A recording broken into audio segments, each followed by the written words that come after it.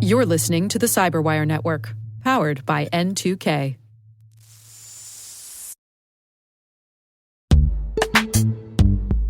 Today's sponsor, Rapid7, has an irresistible invitation for you CISOs and security practitioners out there. A free 2-day virtual summit. The subject? Preemptive security. Join the Global Cybersecurity Summit on May 12th and 13th from wherever you like. A-list speakers will show you how organizations are disrupting attacks before they can blowtorch your day. You'll see how exposure management, MDR, and AI together let you make the decisive move. Registration is open at rapid7.brighttalk.com.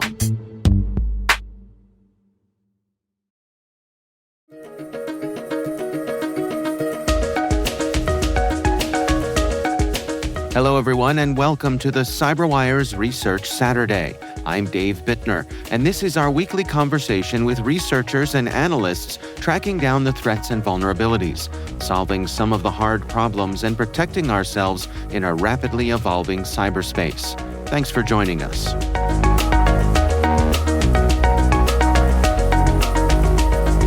So basically, Google released a report on something called Karuna. And Karuna is an iOS exploit chain. Actually, it's multiple iOS exploit chains consisting of 23 different vulnerabilities that were used in watering hole attacks to target various entities. That's Justin Albrecht, principal researcher at Lookout. The research we're discussing today is titled Attackers Wielding Darksword Threaten iOS Users.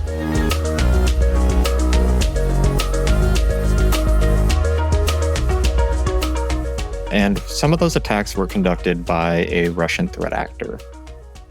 This Russian threat actor is called UNC6353. So when Google investigated this, they ended up putting out their blog, I think it was about a month ago now, on their findings. And of course, this is targeting iOS, it's targeting mobile, so we're definitely interested in that. And I wanted to go and look at it to see if I could figure out who UNC6353 is, and to see if we could find any of the exploits, find anything else interesting about it. It was really some standard threat hunting. But as I dug into it, essentially I found, using a couple techniques, I found another exploit delivery server, very similar to the one that UNC6353 used that was referenced in Google's blog. And when I was investigating that, I noticed that they had links between this exploit server and a couple compromised Ukrainian websites. These are legitimate websites. In fact, Karuna, I think, was linked to about 50 websites that I could find that had been compromised. And essentially what they do is they put an iframe. They compromise the website, put an iframe in the website so that when an iOS user visits the website and they have the appropriate OS version, it automatically hacks their phone. It basically functions like a zero-click attack. So when I was looking into this, I thought that I had found another delivery server for Karuna.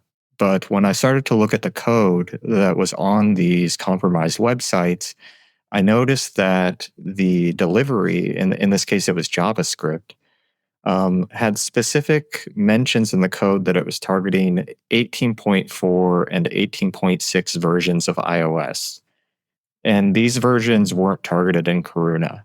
So from there, basically I knew that I had something new, novel, so I started to dig into it, and that's how we found Darksword. Well, let's dig into some of the details here. Once Darksword lands on a device, what level of access does it have?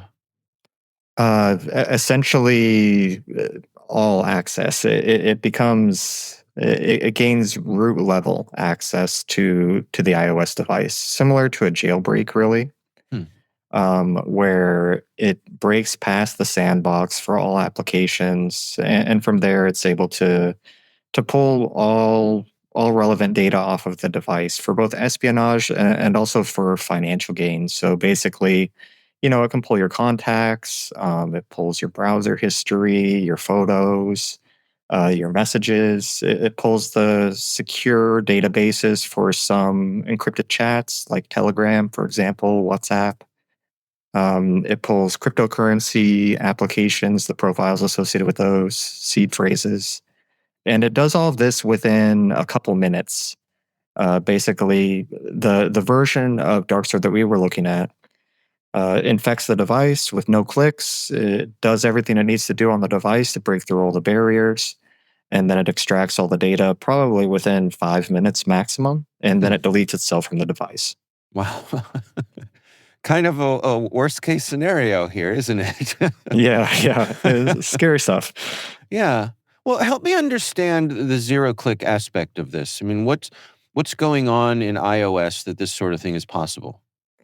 So, zero-click attacks aren't anything new. Darksword is technically a one-click attack because it does require some kind of interaction with a domain, right? Because typically this is all delivered in JavaScript, which is really unusual for this type of malware.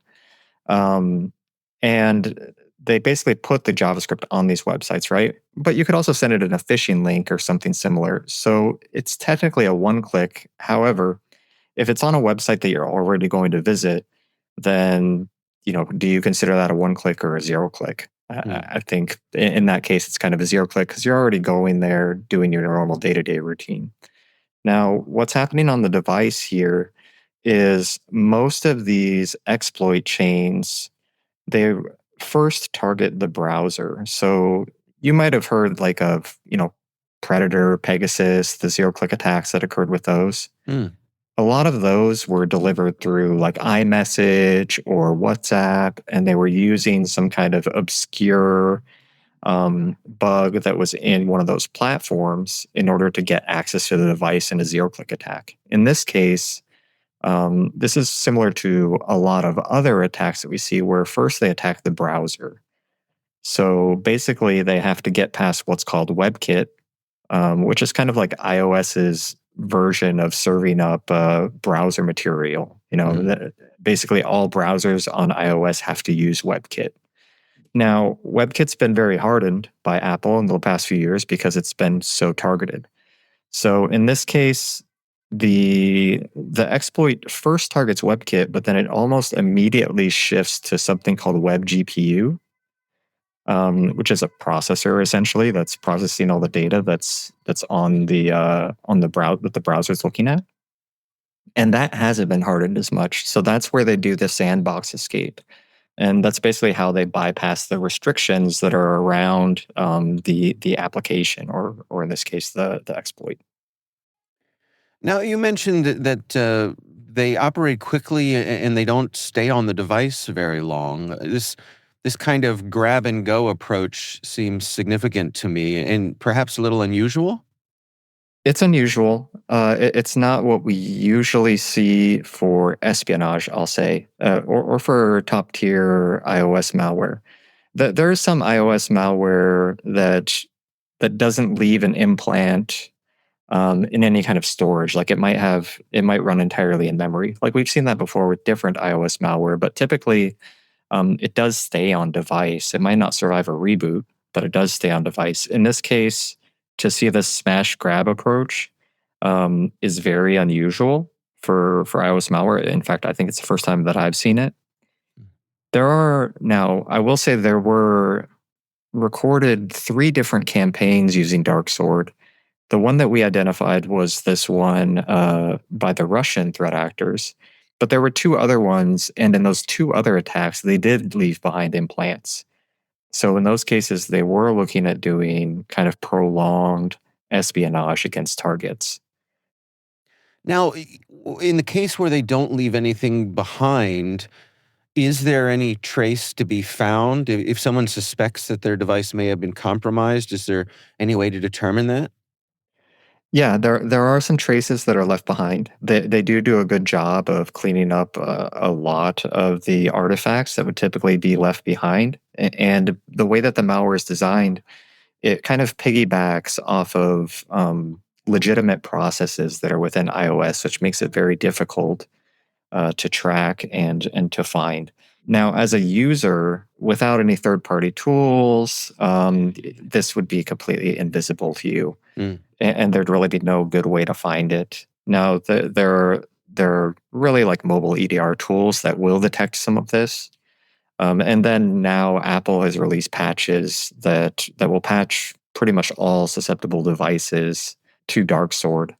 It will patch those specific vulnerabilities that DarkSword was taking advantage of. But those victims basically have to update their devices to the latest OS version or to the security update that for the version they're running, like iOS 18, for example. They'd have to update to iOS 18.7.7. Well, and after your disclosure, Apple responded fairly quickly, right? Yeah. Yeah, they did. And it's an interesting move. I think it's a very solid move on their part. I also want to point out like how unusual these attacks were because they came back to back, right? Like DarkSword and Karuna happened within the span of a month, at least the reporting on them. And after that, we saw some kind of unprecedented activity from Apple. They backported multiple security patches to cover Karuna and DarkSword for older OSs. And typically, they'd want those users to update to the latest OS if they could. They warned the users who had susceptible versions of the OS, like they sent alerts to their device that they could be compromised and that they should update. And they also put out specific guidance on web-based attacks. And then when they put out these notification that they were backporting the updates, they also mentioned DarkSword. And typically, Apple doesn't talk about malware at all, right? It's kind of it's a bit of a dirty word there. Right. So these were really unprecedented moves, and I think it speaks to kind of the scale of the threat this time. That we had these two different exploit kits, very advanced, that ended up in the wrong hands. In one case, well, in both cases, ended up completely public, really. And especially with DarkSword, it's so easy to reuse. It has all of the instructions within the code itself. I think it was a situation that they really had to do something about, and they did. And you're satisfied that the solutions that they've put out there are up to the task? For the current threat, yes. I think that's the real, I guess, linchpin in this whole thing is, we focus on the specific exploits, the specific vulnerabilities, the specific malware. But for me, there's a very, very much a larger story behind all of this, which is how did these exploits that are developed by top-tier exploit development shops, in one case in the US for Karuna, was most likely developed by L3 Harris. For DarkSword, it's unknown who developed them, but they do look like they're probably Western-developed exploits. So these exploits made a journey, essentially, across the world to a shady exploit broker who sold them on to criminals and to spy groups who are opposed to the US, where the exploits probably came from. And that really speaks to evidence of a secondhand exploit market for mobile devices at a minimum, and probably for more exploits as well.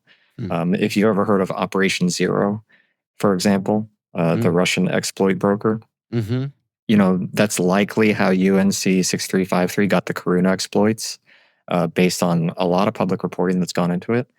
And I wouldn't be surprised if that's also how they got the DarkSword exploits. So this market's thriving. And what's the lesson behind that? The lesson is that, there's proliferation of this tooling that's developed in the West. It's a very high-end, top-tier exploits that cost millions of dollars to develop and are being sold probably, for the second time, maybe even the third time, to different brokers. So it's kind of an unregulated market, and these things are getting up in the wrong hands. And that's, for me, that's the bigger story, because just because they patch today, you can't patch a user, you can't patch, a 0 day before it's discovered, and it's likely that there are more out there.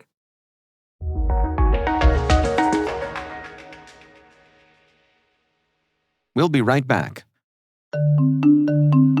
When it comes to mobile application security, good enough is a risk. A recent survey shows that 72% of organizations reported at least one mobile application security incident last year, and 92% of responders reported threat levels have increased in the past 2 years. GuardSquare delivers the highest level of security for your mobile apps without compromising performance, time to market, or user experience. Discover how GuardSquare provides industry-leading security for your Android and iOS apps at www.guardsquare.com.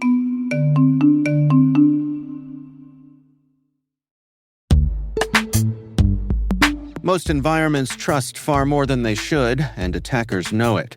ThreatLocker solves that by enforcing default deny at the point of execution. With ThreatLocker Allow listing, you stop unknown executables cold. With ring fencing, you control how trusted applications behave. And with ThreatLocker DAC, Defense Against Configurations, you get real assurance that your environment is free of misconfigurations and clear visibility into whether you meet compliance standards. ThreatLocker is the simplest way to enforce zero-trust principles without the operational pain.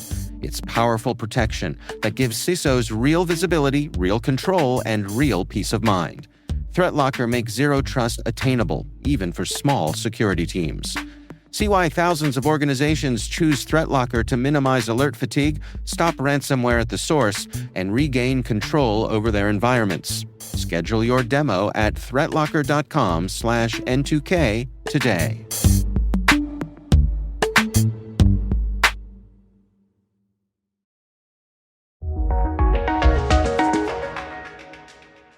So, just so I'm clear here, is the notion that, as you say, these are developed for high-level organizations, high-level customers, presumably for targeted espionage. And so your average user probably wouldn't be targeted by this, wouldn't know that something like this exists.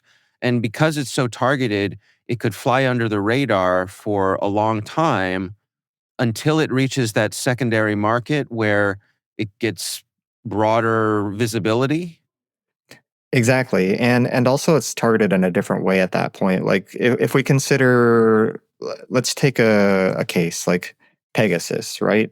Yeah. Pegasus, developed by NSO Group, sold to governments, presumably law enforcement agencies and intelligence agencies, who then either misuse it or use it for quote unquote appropriate national security purposes.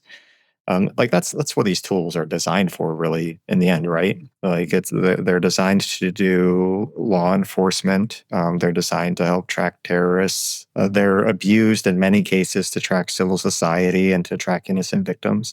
But that depends in many cases on what the government's doing with it. Now, those have regulations around them at the end of the day. Like they have dual use customs rules that are around the sale of such tooling. There's the European Commission. It tries to put the kibosh on them being able to sell certain parts of the tooling within the EU. It's trying to regulate it. There's sanctions. Like there's a lot of stuff going on with that market. For entities that exist outside of that rule of law, for example, like how concerned is Russia with international law? Right. Right. or maybe China in some cases, right? Like there's a whole other market here that hasn't really been well explored. These commercial surveillance vendors of exploit brokers, and the people who are doing exploit development, that a lot of them, maybe they don't care how their tooling is used at the end of the day. Maybe they're just interested in making a couple extra million. It's understandable, right? These exploits are basically being sold into a completely unregulated territory where I guess the biggest incentive is money. And that includes for the exploit broker themselves. Like if you look at Karuna and you look at Darksword, both of them were edited to include financial theft, to include the targeting of cryptocurrency. And this isn't something that you'd see a government developing, really, right, unless it's North Korea. So in that case, like we know that something was added to this tooling. It was probably added to increase the market so that more people would be willing to buy the tooling and use it. Like it speaks to a completely different use case, and it makes the I guess the profile of the victim, it greatly expands it beyond, you're a civil society person protesting against a corrupt government, or you're a terrorist, or you're a criminal. It really expands who the potential victims are. Yeah. Well, you mentioned that this activity is linked to UNC 6353. What can you tell us about them? What do we know?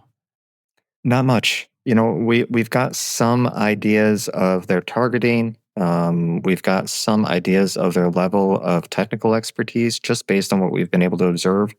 They're not tied to any known threat group that we know of. And as far as I know, Google also believes the same, and iVerify also believes the same, since we all worked on this research together. We haven't been able to tie it to an APT29 or a Turla, etc.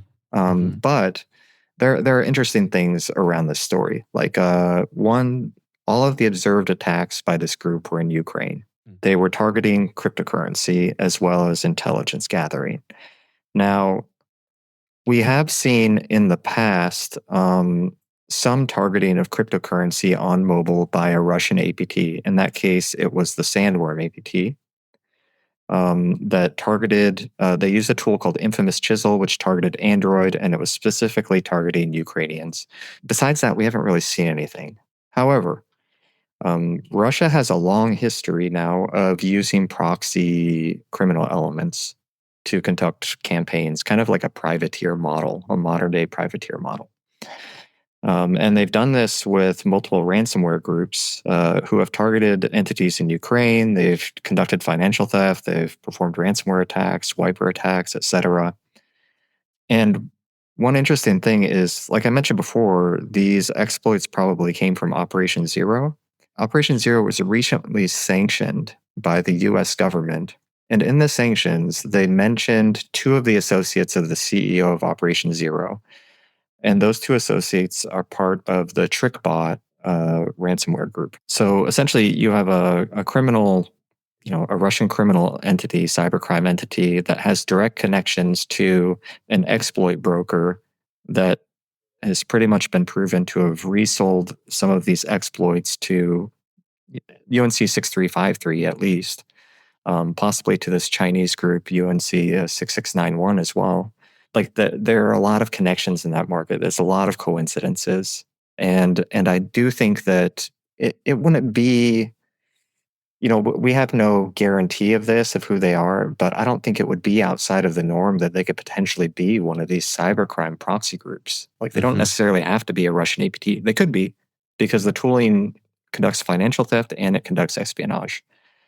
But there were indicators also in the code itself, in how easy it was to find, in the fact that none of it was obfuscated. Some of it seemed like boilerplate demo, like server infrastructure that was probably just set up for them.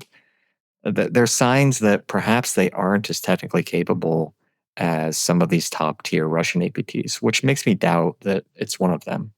But we have no confirmation. Yeah, that's interesting. So, what are your recommendations then? I mean, how the defenders in our audience, what should they do with this information, with these revelations? I really think that it drives home the idea that, a mobile endpoint is an endpoint. And it seems silly to say, but typically we don't provide the same kind of security and visibility into mobile endpoints, right? And these stories about like advanced iOS malware, the Predators and Pegasuses of the world, there's always been this kind of trope that you're not going to be targeted by it. It's going to be it's going to be a reporter, it's going to be an activist. The categories that I mentioned earlier, an opposition politician. One, we always knew that wasn't exactly true. Like we'd seen in some organizations, individuals get targeted by this malware. In the past, this is before DarkSword and before Karuna. But now, for example, DarkSword was leaked on GitHub. Like anyone can take it and use it. So for an organization, like beyond, of course, updating your devices, beyond using lockdown mode, there's other threats. Like we see that iOS devices are twice as likely to fall for a phishing link than an Android user, for example, in our data. There was a report that just went out recently about SIO SPA. It's a Italian CSV, commercial surveillance vendor, that used WhatsApp clones, basically Trojanized WhatsApp versions that they delivered as an application to iOS devices. They tricked users into downloading them. You have social engineering that occurs, vishing, quishing, etc., that these people are still susceptible to. So the big question is, like, if you get infected by one of these as an organization, how do you know? Like, there's no visibility. You're reliant on the protections that the OS provides you. Typically, an organization has at least an MDM, but an MDM is managing and it's not security.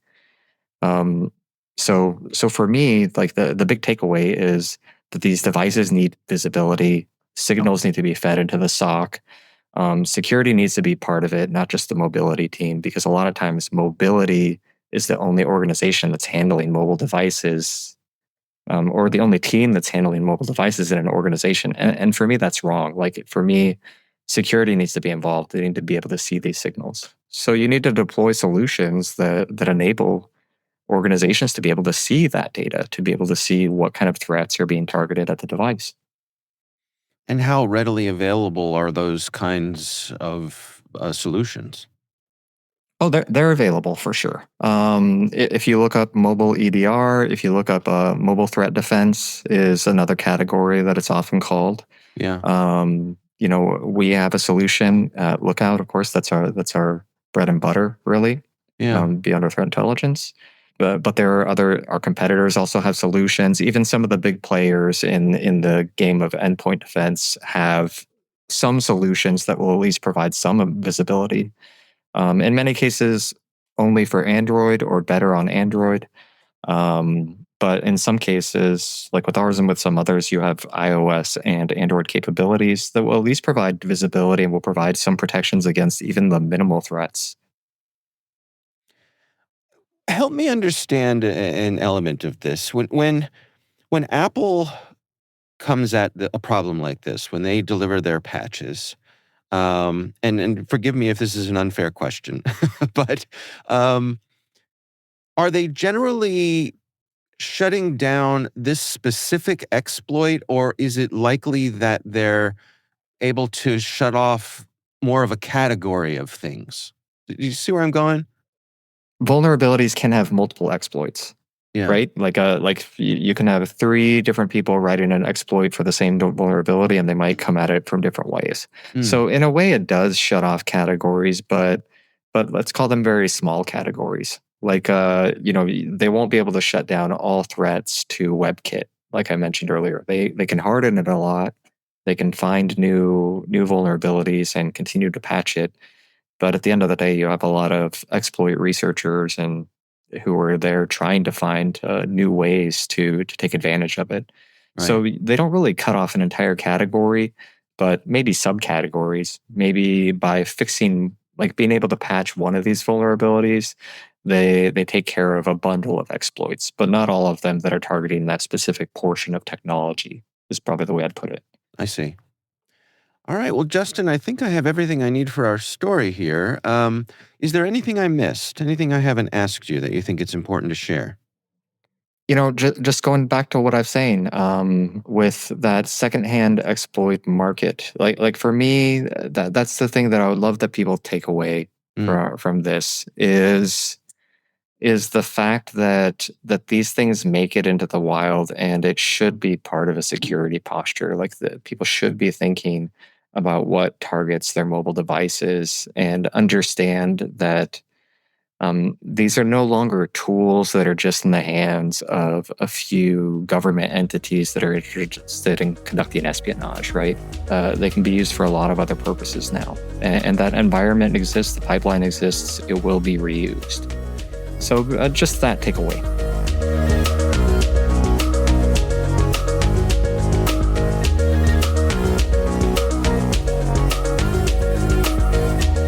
Our thanks to Justin Albrecht from Lookout for joining us. The research is titled Attackers Wielding Dark Sword Threaten iOS Users. We'll have a link in the show notes. And that's Research Saturday, brought to you by N2K Cyberwire. We'd love to know what you think of this podcast. Your feedback ensures we deliver the insights that keep you a step ahead in the rapidly changing world of cybersecurity. If you like our show, please share a rating and review in your favorite podcast app. Please also fill out the survey in the show notes or send an email to cyberwire@n2k.com. This episode was produced by Liz Stokes. We're mixed by Elliot Peltzman and Trey Hester. Our executive producer is Jennifer Iben. Peter Kilpie is our publisher, and I'm Dave Bittner. Thanks for listening. We'll see you back here next time.